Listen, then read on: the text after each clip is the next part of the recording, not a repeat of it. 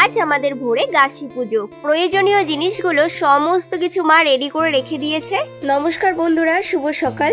তো এখন ঘড়ির কাটায় 4:11 বাজে।